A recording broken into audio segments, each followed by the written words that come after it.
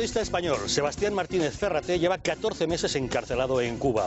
En el año 2008 hizo un reportaje que emitió la cadena de televisión española Telecinco acerca de la prostitución infantil en Cuba. 2 años más tarde volvía a la isla, no ya como periodista, sino en su calidad de ejecutivo de una cadena hotelera, y solo pisar La Habana le echaron el guante y le metieron en la cárcel. Se encuentra recluido en la prisión de La Condesa, a unos kilómetros de La Habana. Durante un año ha estado sin cargos en esa cárcel y hace solo unos días le juzgaban. Le han condenado a 7 años de prisión, dicen por corrupción de menores. Cumplir una condena pesa, más aún cuando no hay ni rastro de delito. Es el triste caso del periodista y empresario español Sebastián Ferraté. En 2008 tuvo la osadía de realizar un documental crítico con la prostitución infantil en Cuba que se emitió en la cadena Telecinco. En julio de 2010, cuando se desplazó a la isla en calidad de director general de una cadena hotelera, fue detenido por el régimen de los hermanos Castro.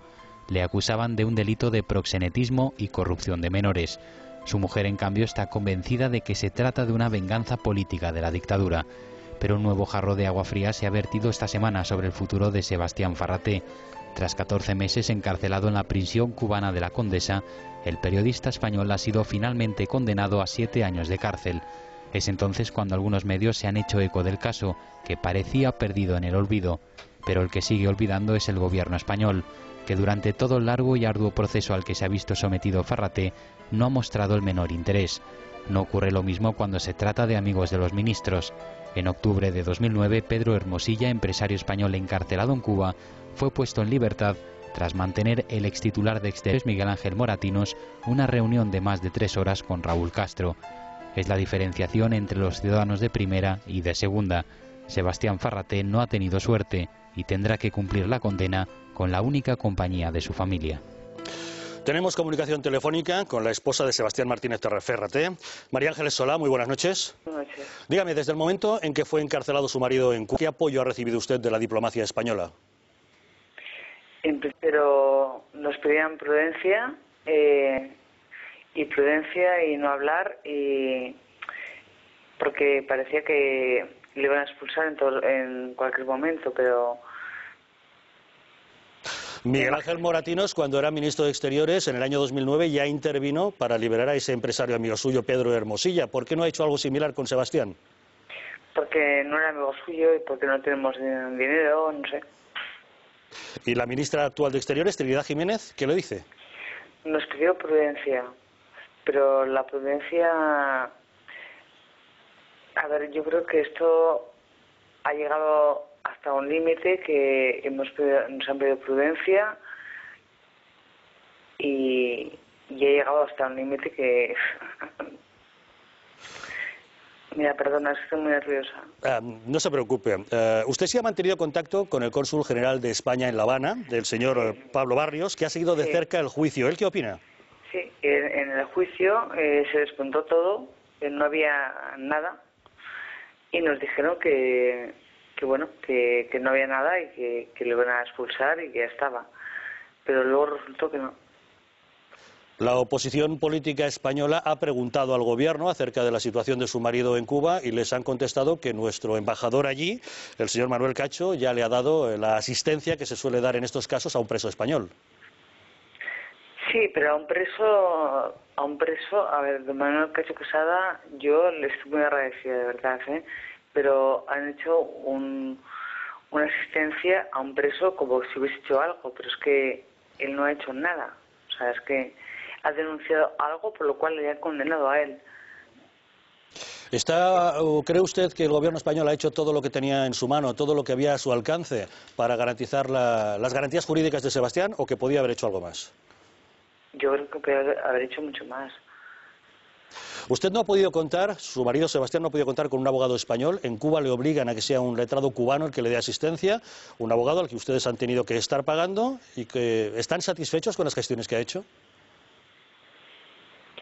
Qué delicado es lo que me pregunta. Es muy delicado lo que me pregunta. Es que no puedo decir que no porque no puedo hacer...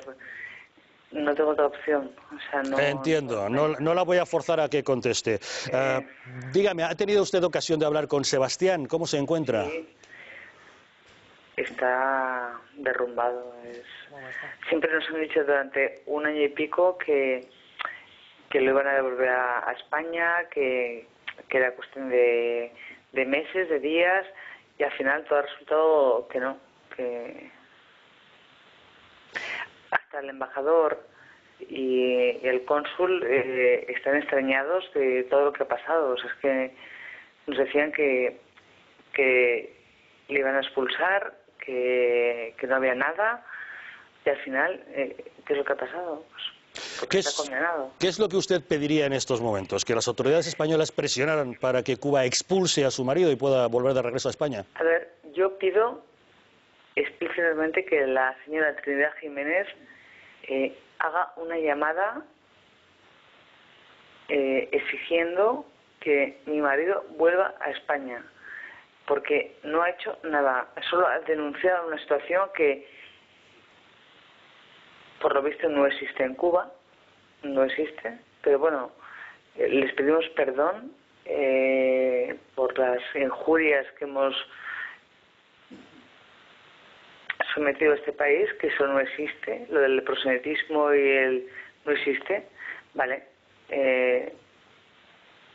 Pero por favor que la ministra que haga una llamada. ¿Usted está convencida que Sebastián está en la cárcel de Cuba simplemente porque al régimen cubano no le ha gustado ese reportaje? No, el cónsul general, el cónsul general, que ya no está ahí, ya lo han quitado de allí, dijo que lo habían juzgado por un documental que emitió Telecinco. Que estaba juzgado por un documental, no por nada que hizo él, sino por un documental que se emitió en Telecinco, y esto él lo ha dicho, o sea, se puede comprobar en la agencia EFE, en 50 sitios, él lo ha dicho. Pues entonces parece que está claro, Sebastián Martínez Ferraté no ha cometido ningún delito, simplemente como periodista ha denunciado una situación que no ha resultado del agrado de las autoridades cubanas. María Ángeles Solá, muchas gracias por habernos acompañado esta noche en El Gato al Agua. Gracias. Buenas noches. Bueno, ¿qué opinión nos merece un caso como este?